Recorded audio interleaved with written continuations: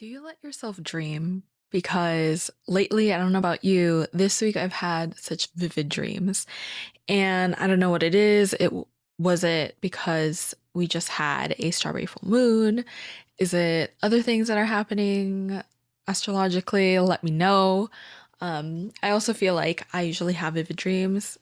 Also, I had ice cream last night, and sugar really affects my dreams. Do you have things that trigger your dreams? Because I definitely have my things. Um, and that can affect my quality of sleep. But I think dream work can be really powerful in terms of feeding our creativity and also in ushering in new worlds and realities. And so, yes, dreams can be fun, they can be random, they can be irrelevant, but they can also be really symbolic and helpful in terms of guiding us towards certain paths or warning us if we are going towards dishonoring our boundaries or truly, who we're really not. And so there's so many tangents around dreams that I can go across. But in terms of our creativity, I think daydreaming and the dream world when we're asleep can be really powerful tools to help in really this fantasizing about new realities that we may not be able to logically think about. And so, oftentimes, especially when I was in the design industry, in the corporate setting and agency space, it was very routine, very rigid, very like typical processes, how to communicate with our team and with clients. And there wasn't room to dream, to daydream, to think outside the box, to think um, experimentally. And it was up to us individually to do so. And that was really difficult for me as someone who really loves to communicate and bounce ideas off and be able to get new thoughts and learn and move forward by conversation. But for integrating in dreams, you can have conversations with fictional characters, with other aspects of yourself, with your guides or ancestors, or telepathically with someone that you're meant to communicate with, or you're foreshadowing and psychically calling in. And I think that's what's so fun and exciting about dreams and dream work is the ways that we can go beyond our rational, logical, linear mind and that world, the waking world. And so, in terms of creativity, you there can be so many ways in terms of bringing dream work into your business, into your work, into your branding, your creativity. And if you're new to dream work, maybe it's starting off with creating a nourishing wind down routine or a sleep ritual to get you into a rested, calm state beforehand. So, whatever that looks like to you, works for you. Maybe it's a certain lotion to do body care for yourself to feel really luxurious and indulgent. And letting your physical body know that it's safe to slow down or putting technology away an hour or so before going to bed and you're reading and or journaling.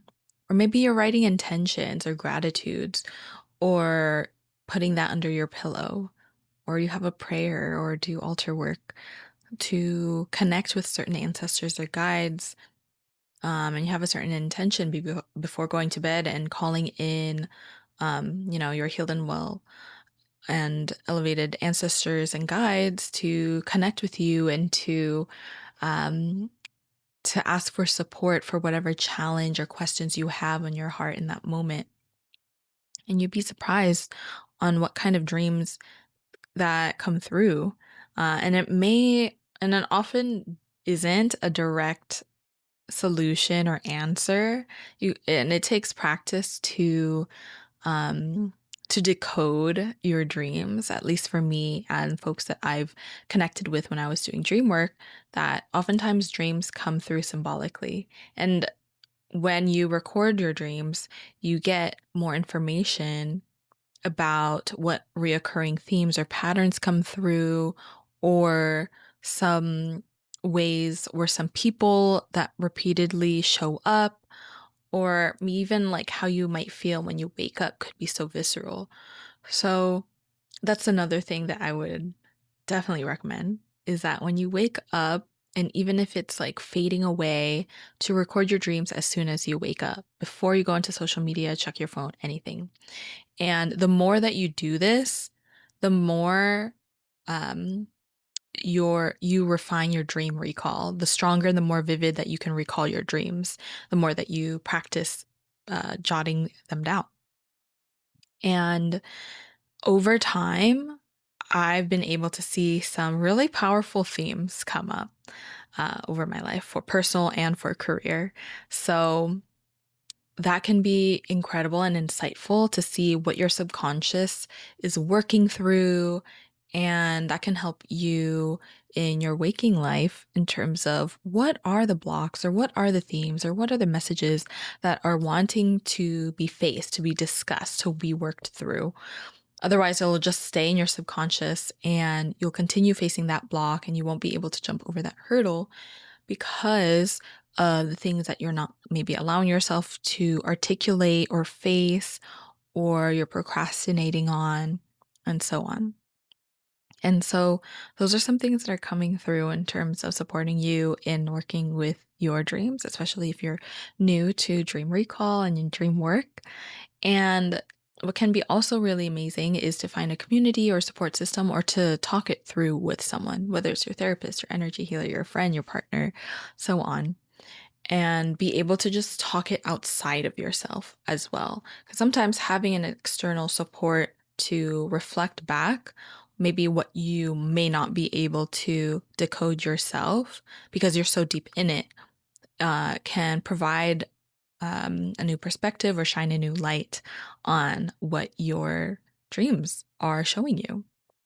And the more that you do dream work and record, you'll have a better understanding in terms of what was a random dream and what was maybe something to really pay attention to. And sometimes it won't be revealed what the lesson is, or that thing you needed to know. What seemingly was a random dream might come back maybe weeks, months, even years later. And so for me, I really like I used to write in a journal, but I've really enjoyed recording my dreams in my notes app. So that way it could be a quick search for a keyword or a date or something, so much more faster than flipping through a physical journal. But it's up to you on how you record your dreams. And in terms of, again, tying it back to your creativity or your work or your branding, you can pinpoint certain questions or challenges that you have around your business, around your brand, or what it is that you're trying to envision for this next way of positioning yourself visually. And so, oftentimes, dreams can really help us imagine and branch out of new worlds that we wouldn't otherwise allow ourselves to envision logically. Because oftentimes we think about what is safe or what we can comprehend now, but dreams allow us to really go beyond what we could even think up for ourselves, beyond what we thought or believed could be possible for us to experience or to embody or to become. And so, this daydreaming or dreaming at night can be really powerful tools in allowing yourself to really lean in, surrender, and expand into what you may not be allowing yourself to expand into, and to position yourself as. And so that can be really powerful too, especially with systems that make us believe that we have to shrink ourselves into these small, rigid boxes, and compartmentalize or hide away parts of us or quiet down these parts that actually need to be seen, need to be released, and need to be nurtured. And so, what are those parts of you that are yearning to be discovered, yearning to be witnessed by others, to have their voice be heard? And when that when that all comes together, it really allows your full self to come to your business, to your brand. And how relieving is that to create the work, to create the business and the space for your full self to come through? Isn't that why we're creating our own businesses?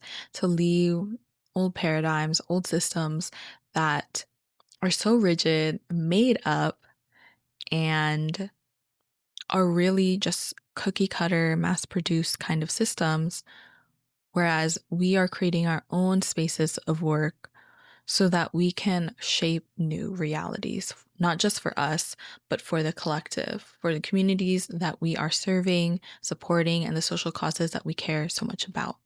And the more that we can allow ourselves to dream bigger, bolder, brighter for ourselves, the bigger, bolder, more beautiful, more healed, and liberated we can dream for our communities. And isn't that what we are meant to do? To bring in healing and good into the world, um, with our gifts that we are so good at, the things that come so easily to us. How can we use that for good and not just let it be a hobby or a waste of time, to actually put it to use in a way that serves the community for good?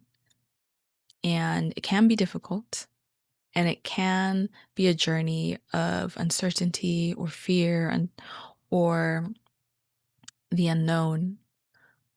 But having community, having your support systems while in this dream state and bringing those dreams to life is going to be a powerful component to this liberatory work that we're all aspiring to do so. And not all of us are going to be on the front lines protesting or making policies and bringing things into law. There are so many other aspects to liberation work, and there are different systems and diagrams that help illustrate this.